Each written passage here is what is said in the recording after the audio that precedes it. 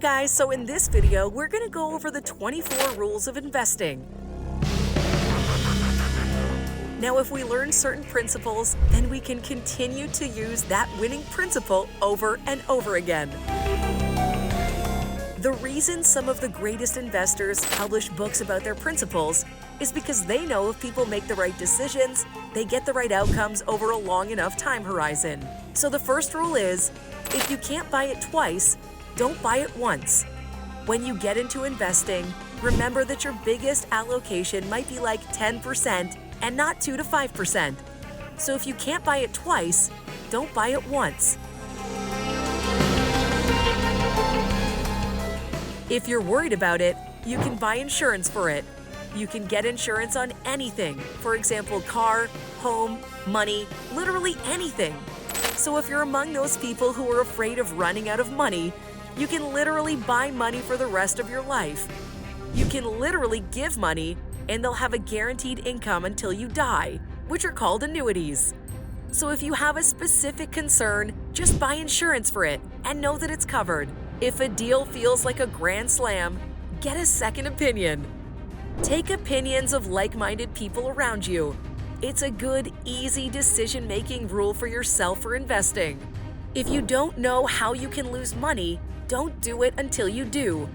There's always a way to lose money in the deal, and you not only want to find a way to lose money, but you want to find all the ways you can lose money in the deal, right? We're always controlling for the unknown or the unknowable. We want to minimize that to the highest degree possible. So if you don't know how you can lose money, don't do the deal until you do. If it feels rushed, don't do it. A lot of people will try and apply pressure to you. If someone tries to pressure you, pause. If you feel rushed, don't do it. If you only have one deal on the table, don't do the deal. Always have a backup deal. Now, if you only have one deal on the table, you have nothing else to compare it to, and you try to convince yourself that it's a good deal. You always want to have a plethora of options to choose from, and until you get those many options to choose from, don't move forward.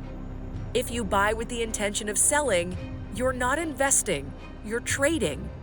Investing is about very, very long-term horizons. It's a whole different set of rules. Where you get in trouble is where you're trying to apply business stuff to investing or investing stuff to business. Now, there are different skills to master. If we don't agree, we don't do it.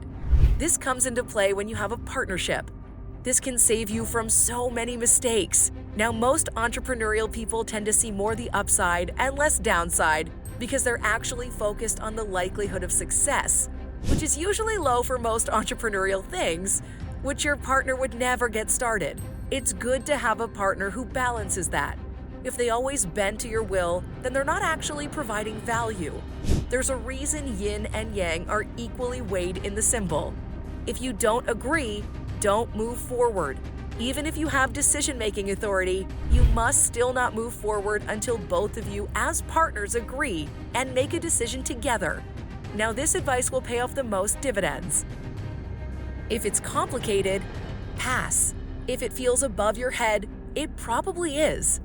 If you have complete understanding of something, the risk goes down because you understand the variables. If you're barely catching on, you might as well be gambling, which is not the way to invest. FOMO means slow down. So if you feel that emotion, you're like, I'm gonna miss out on something. Slow down. This is a decision-making variable. When you feel that emotion, slow down. FOMO preserves your ability to make better decisions over time. And if you apply all these things to all the decisions you make, you'll have outside returns over a longer time period. No diligence, no deal. If you don't get the information you need to make the decision, you don't make the decision. And I know this sounds ridiculous, but many of you do this. You just go off the hype. You go off an email or a phone call. Get the information you need. No model, no deal. Now, if someone doesn't send you their proposal for how something's going to grow, or how something's going to improve, or how they're going to add value, then there should be no deal. You must see the math behind it and the projections and ask yourself, is this reasonable? What assumptions is this based on? Do I think those assumptions are reasonable or probable? And what information can I bring to this decision? What are the things I need to believe that have to be true for this to occur? If someone's non-responsive, no deal. Communication is one of the most important things when you're doing any kind of business in general. When you can judge someone very quickly on how meticulous they are in their responses and how quickly they are to respond in general. It's about expectation setting and expectation meeting. It's one of the easiest ways to build a reputation. Do what you're gonna say what you're gonna do. And if someone's not doing that with you, don't do the deal. If it costs peace of mind, don't buy it. So if anything costs you your sleep, or it's something that you're worried about as a result of making an investment or a purchasing decision, don't buy it because the cost is too high. If it doesn't build your reputation, don't do it. No neutral moves. Your brand and your personal reputation are the only things that you take with you forever, and you absolutely can lose it, and it can be irreparably damaged. If you follow this rule, you continue to reinvest in your reputation, in your personal brand, which gives you compounding returns over your entire lifespan in terms of relationships, in terms of literally financial return in all other aspects of life. Only invest if it builds your reputation. If it doesn't build, don't do it. No track record, no deal. Performance over charisma. The best predictor of future performance is past performance. Now, if you invest in every deal that doesn't have a track record, is that a good way to invest? Probably not. Someone's gonna probably do their deal. It doesn't have to be you. If it's the same thing you've always done well with, do more of it. We as humans or entrepreneurs, we like having variety. But if you have earned well with 3 hard money loans, and they've all been awesome, then you should probably consider doing a 4th, rather than starting to get into crypto day trading. What happens is you start to build your own track record and analyze which things that have worked for you. Once you find something you're starting to get good at, do more of it. Because the thing is that your luck will improve. Always under borrow. Any number, no matter how big it is, multiplied by 0 is still 0. You must be risk averse when it comes to debt. Debt introduces risk into any equation. If you're gonna borrow, then under borrow, because there's a likelihood over a long enough time rise, if you borrow on a consistent basis, you'll get 0.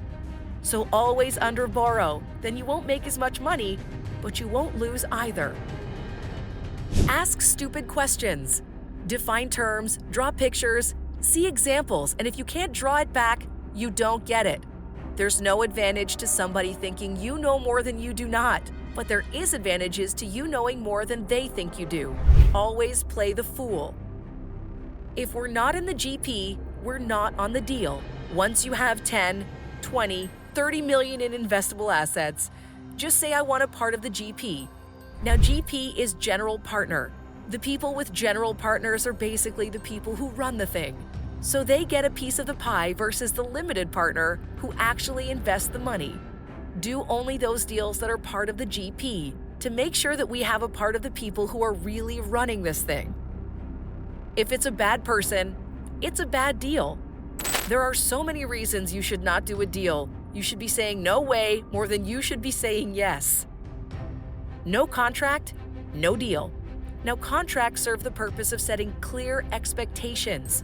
Anyone who says, I only do handshake deals, I don't do contracts, just run. If you're the one people are doing business with, pretend like the contract doesn't exist.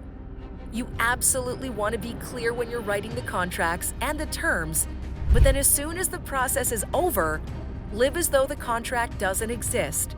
Negotiate it as though it's the only thing that matters. If you go on the defensive when you're contracting, but you go on the offensive when you're in delivery, you kind of get the best of both worlds. Thank you guys for watching this video. Do hit like if you found it informative, and we'll see you guys soon.